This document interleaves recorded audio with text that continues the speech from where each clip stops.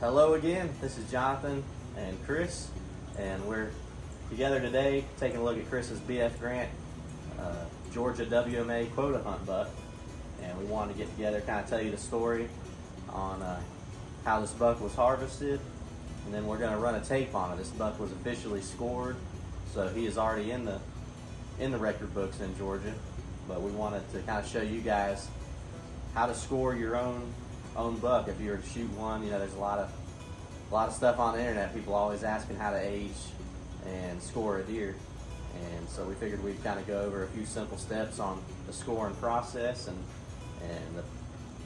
how you do the measurements, and where you can get the paperwork and do it online. But we'll let Chris tell you the story behind how he harvested this deer. Yeah, sure. So this deer right here holds a very special place in my heart.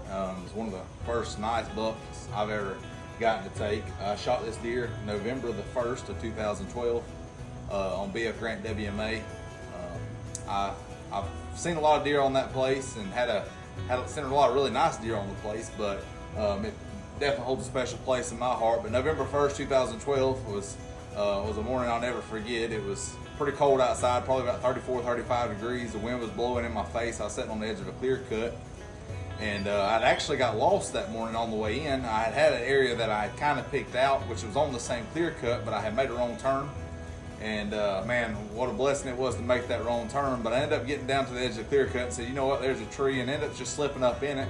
Ended up busting a couple deer out right off the rip there, and I was like, well, man, my hunt's over. And so I was sitting on the edge of the clear cut that morning, and I started seeing some deer move, started seeing a couple does and little small bucks, and had about 5 hunters walk past me that morning. And you know, you hear people talk all the time about you know seeing hunters on WMA land and how terrible it is. Well, I was thinking the same thing that morning. I was thinking, man, my hunt is over. It was a terrible morning. I was thinking in my head, I done seen 5 people walk by, I will never see another deer. Well, shortly after the last person walked by, I saw a really nice 8 and 10 pointer run out in the clear cut, and they were fighting. They got out in the middle of the clear cut and started fighting, and I was like, well, you know, I was looking up. This is a lot better hunt, and so I was waiting, and a few minutes later I seen a doe run behind me and had a buck behind her and he was chasing her, and I was like, man, this is really getting on this morning. So I hit a grunt call thinking, man, that grunt call probably ain't gonna do nothing anyways, and hit a grunt call, and ended up this deer stepped out about 80 yards up the roadbed from me on the edge of the clear cut there, and he hit the edge of that clear cut and started walking to me. And when he first stepped out, I was like, man, I don't know if I'm gonna shoot that deer or not. And he had his head down to the ground. He was walking to me. He was probably 40, 50 yards out. And he finally picked his head up and he flipped his head a couple times. And I was like, wow, that's a really nice deer. And at the time, BF Grant had regulations on what you could shoot. And I was a young hunter at the time. I didn't really know the difference between 15-inch spread, 16-inch main beam or not. But I could tell he was outside his ears. And I said, that's the deer I want to shoot. Well, lo and behold, he walked in a little closer and got within probably about 10 yards. I'm glad he did, because I was shaking like a leaf. Ended up to the point I had to get down on my knees on my bottom platform to steady up and shoot him. But ended up shooting him twice that morning. Shot him the first time, he just stood there like nothing had ever happened. And I was like, man, this deer ain't gonna die. And ended up getting another shot in him, and he walked around the corner and laid down and ended up dying right there. And man, just a blessing, unbelievable hunt, unbelievable place to hunt, and just a real blessing to be able to take him. But we're going to take a minute and show y'all how to score this deer. Like Jonathan said, he's already been officially scored, but we're going to take a minute and kind of go over exactly how to score it. There's a lot of stuff out there about age and score, so we'd love to take a minute and just kind of show y'all how to score it. Here we go. So they do several different measurements, but only the first one that counts is the inside spread. But they do a tip to tip and an outside spread measurement, but we're just going to start on the first one that counts. This is a 6x5. It's 11 pointer. He's got a sticker coming off the back of his G2 over here that'll be an add normal point because he don't have one over here off this G2. He was working on growing one, but he never got there. But we're going to start out with the inside spread here. So what you do, you find the greatest distance on the inside here. So it looks like right there is G3 on the inside, pretty close to back, almost there. It looks like you're about 17 inches. 17 inches. 17 inches. So that's your inside spread measurement. And so he's pretty wide on the inside. I do believe when they measured him, they outside was like 21, a little over 21. So he's a really wide deer. That's why I knew when I seen him at BF Grant, he was definitely legal. So we're gonna do a main beam measurement now. This may be a little difficult, but we're gonna give it a shot here. Gonna try to roll up this main beam here and try to hold this tape still on it.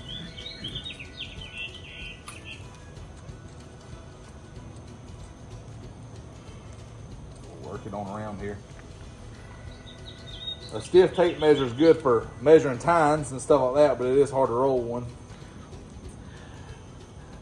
Yeah, and to note, the good starting point for measuring that main beam is kind of in line with the eyeball.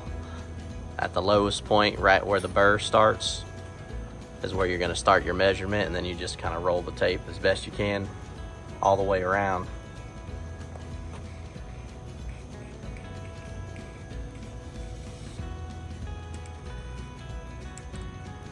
So yeah, he's right at 23 inches.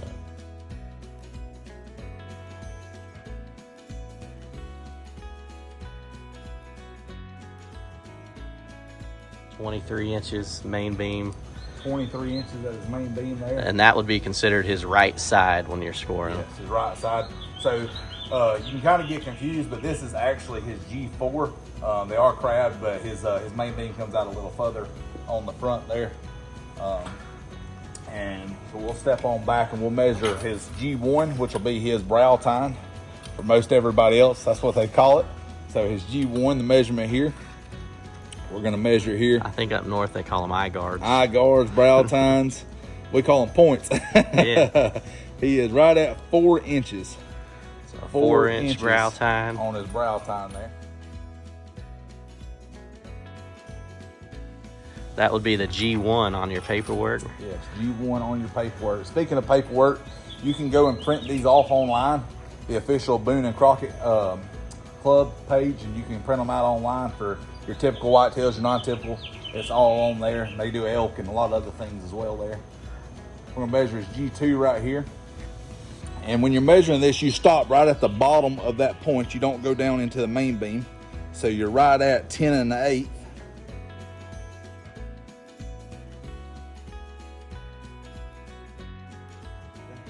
You see a lot of people, they'll draw a line with a pencil or they'll put a piece of tape, a lot of official scores, to show you exactly where to go. But yeah, he's got a 10 1/8 G2 on that right hand side there. We'll go ahead and measure his G3 here. His G3. I have to hold this bad boy up there here. Sometimes it takes 3 hands. Yeah, you need about 3 or 4 hands to do this job. Them guys that do it all the time, they're really good at it. Let me slide over here just a little bit and we'll try to get that tape, that camera a little bit angle too. So you're at 9 1/8. 9 1/8. 9 1/8.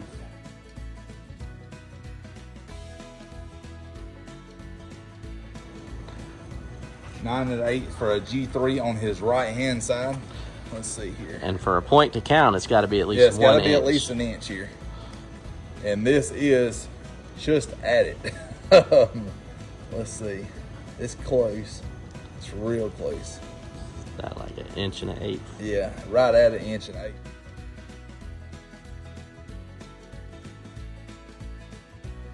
He barely makes 1 inch on that one, so they did count that point. So this deer is scored as a typical 10-pointer with 1 abnormal point on it. And we'll go ahead and measure that abnormal point there. Let's see. It's just over 1 inch. 1 inch and looks like around 3/8, I'd say. Maybe just shy of it, 1 1/8 inches. Yeah, 1 1/8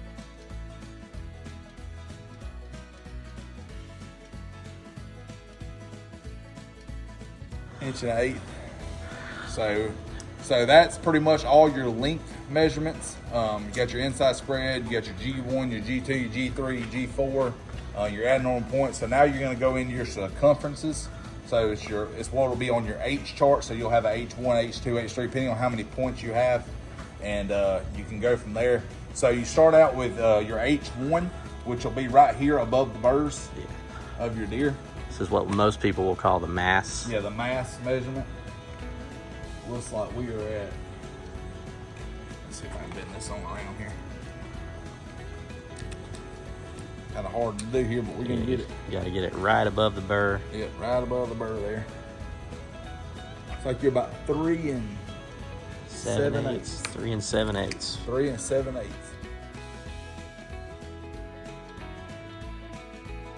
So we are H1, 3 and 7/8, 3 and then and from 7/8. there, You just step up the smallest point in Yes. between. each time. Yeah, each time. So there's 4 total mass measurements. It looks like right here. Let's slide it just a little bit to make sure. It's like we are at 3 and 4/8. Yep, 3 and 4/8. 3 and 4/8.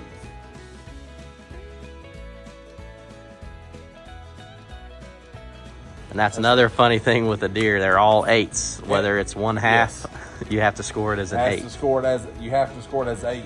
And what's a lot of times what's interesting is you'll have a deer that's a little smaller here and a little bigger here and a little smaller here. It don't necessarily start out big at the bottom. You know, you'll get different mass measurements as you go. But whether it's a 10 point, 8 point, 6 point, you have to take four mass measurements. Yeah, have to take 4 mass measurements. We'll do, so this will be our 3rd mass measurement. We got one at the bottom, one in between the G1 and G2. Now we're in between the G2 and the G3. So it looks like here we are at 3. Slide it just a little bit, make sure we're on the smallest part here. 3 and 3/8. Yeah. 3 and 3/8 here.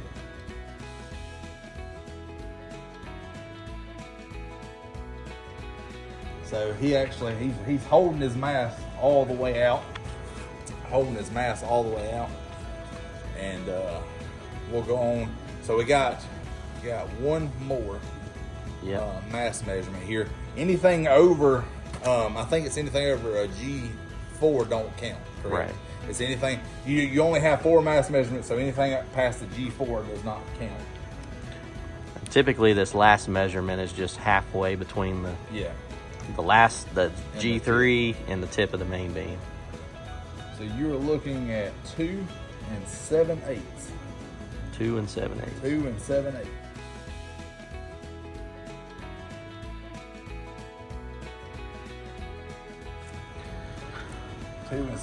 So he's got quite a bit of antler just on that one side. So basically you would do that and you would just do the other side just the same. You measure your tine lengths, your main beam length, your mass circumferences in between each point, at the smallest diameter. So you would you do it pretty much identically the same way, but and it would give you your official score or your what your gross would be, and then you would deduct if you believe in nets, if you like fish, you would deduct your gross from whatever the difference is between the two sides. So, which this deer scored very well both ways because he had very little deductions from both one side to the other. So just based on looking at this deer, y'all can guess what you think a deer like that would score. But that's a big public land buck in Georgia, really anywhere for public land, but the overall measurements, we have the official sheet here. We can come down at the bottom and you'll see your subtotal there of 139 and 6/8, and that's your gross total score. And if you net the deductions out, it comes to 136 and 5/8. So almost 140-inch gross deer off a public land quota hunt on a morning that didn't seem like it was going to be all that great.